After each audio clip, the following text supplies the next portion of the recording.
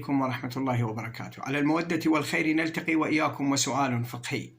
سؤالنا لهذا اليوم: ما المقصود بيوم الشك؟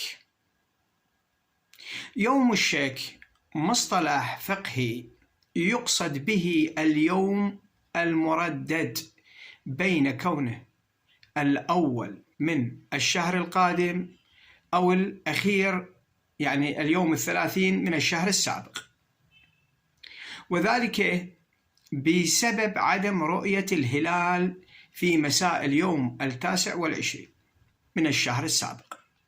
ويستخدم مصطلح يوم الشك غالبا لليوم المردد بين كونه الأول من شهر رمضان أو اليوم الأخير من شهر شعبان.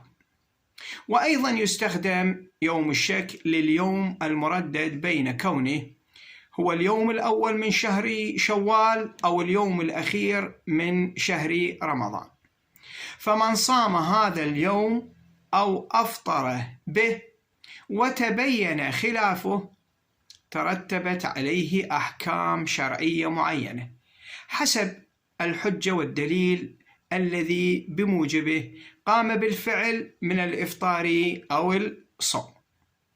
والحمد لله رب العالمين، وصل يا رب على محمد وآله الطيبين الطاهرين.